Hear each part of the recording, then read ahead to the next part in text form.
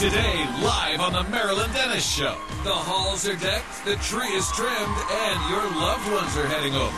Family therapist Joe Rich is here with his family holiday survival guide. Then, celebrity event planner Sebastien Centner and our resident chef Christine Cushing share their entertaining tips for a beautiful holiday brunch.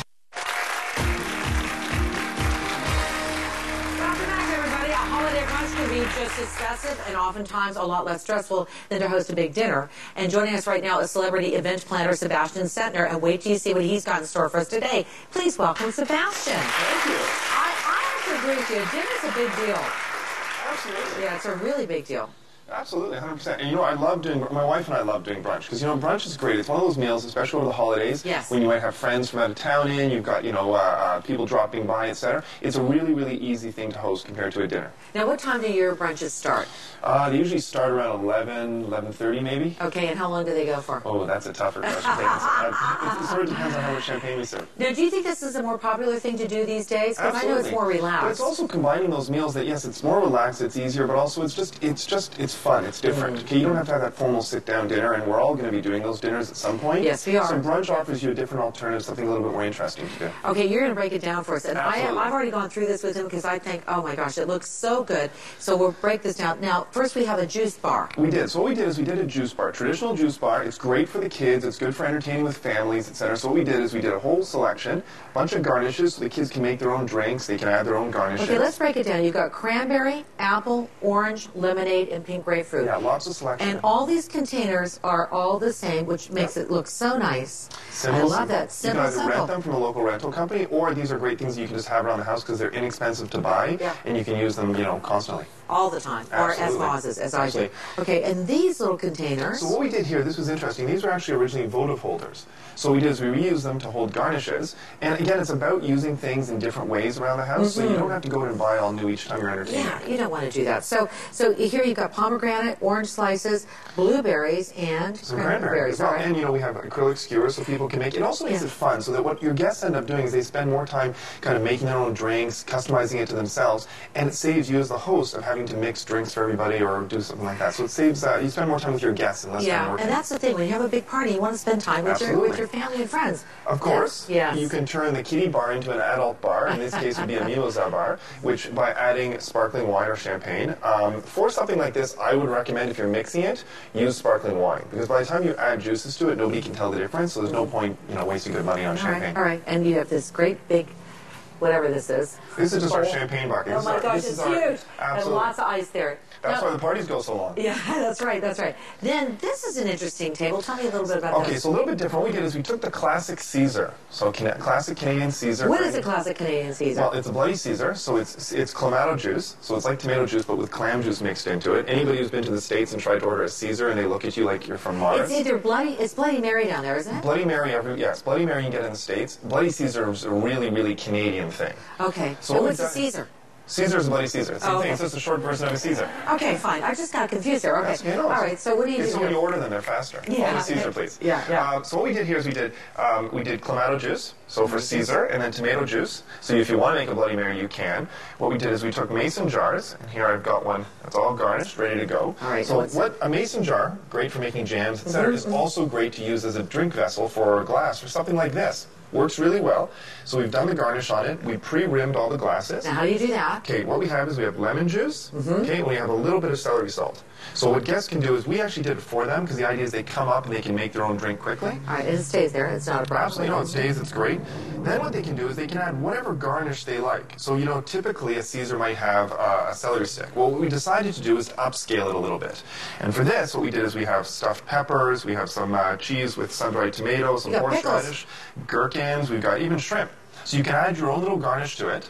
And then finally add, of course, the most important ingredient to a Caesar. Which would be? The vodka. But what vodka. we've done here is, again, something a little bit different. We've infused the vodka. So everything else is quite traditional. We've put it together with simple.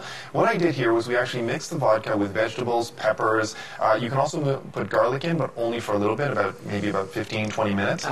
Everything else can sit for up to 2 days. And the flavors of whatever you put in the vodka. Infused. Exactly. So what you do then is you just add your vodka right here. Add either your Caesar, or if you like your Bloody Mary, whichever mix you prefer, and then you're ready to go. Wow. Are you going to turn that thing off or what? Eventually. I'll try to get it up a little bit there. Okay.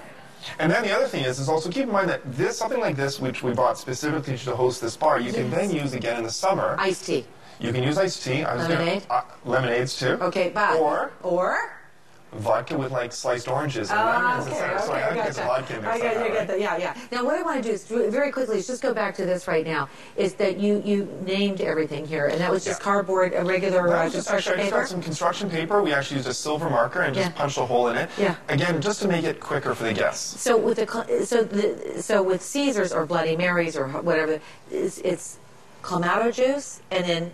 Tomato juice. Tomato juice. So you mark that too. Okay. And you can do, if you want, we've actually done it where you have many more jars. In this case, we didn't mark them, but if you did do, for example, a spicy tomato or regular clamato, a bunch of different ones, then you do the labels as well for that. I love it. Okay, then the food. The food, of course. You know, we've done some drinking, now we need some food as well. Beautiful. So the idea for brunch and the display for brunch is that I'm all about kind of staging things so that you have different levels and everything looks. So when you arrive at the table, there's something for everyone. So what we've done is a few different things. First of all, we've set the plates and the cutlery in 2 different spots. Good idea. So people don't arrive and think, okay, this is where I have to start and I have to go through this. Because if you have 10 or 12 or more people, you don't want everybody lining up like a buffet. They could work both sides of the table. They can go from whatever side. Good and idea. The nice thing about brunch foods like this is they can start with salads. They feel like starting with salads, or they can start with eggs, or they can start with whatever they like. Okay, let's break that down. So you have salads over here, the hot salads. food here, and the cheese and the crackers over here, and the desserts here. And what we did here, which is really neat, these are great. These are my Toastess, and they're warming plates. So what we did is it's like mini chafing dishes.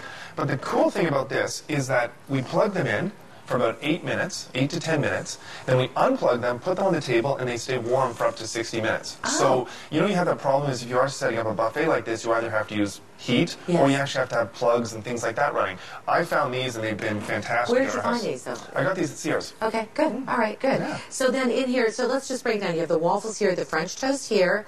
You've got the poached eggs. Oh, boy. I want to tell you, Eggs Benedict, of course, because you're Sebastian, and that's what you would do. I do scrambled eggs, but that's good. And then you do in here sausages. Okay. And then maple glazed bacon. Look at that.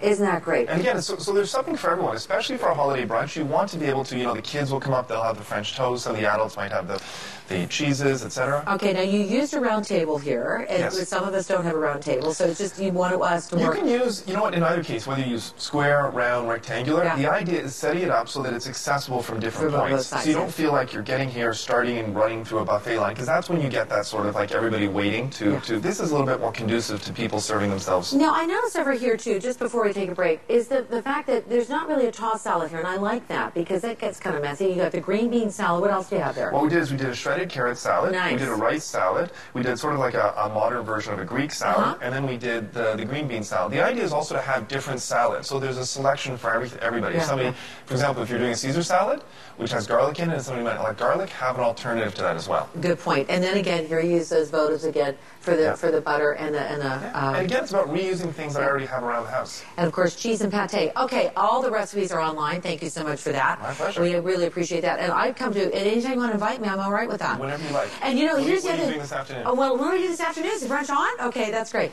The other thing is just using different containers for the cookies. I love that. Those are actually flower vases, so we reused them and we made them into vessels. That's brilliant. I love that. You're awesome. Thank you so much. Happy holidays. Thank you take a break. much. We'll be right back. Love it. That is so cute.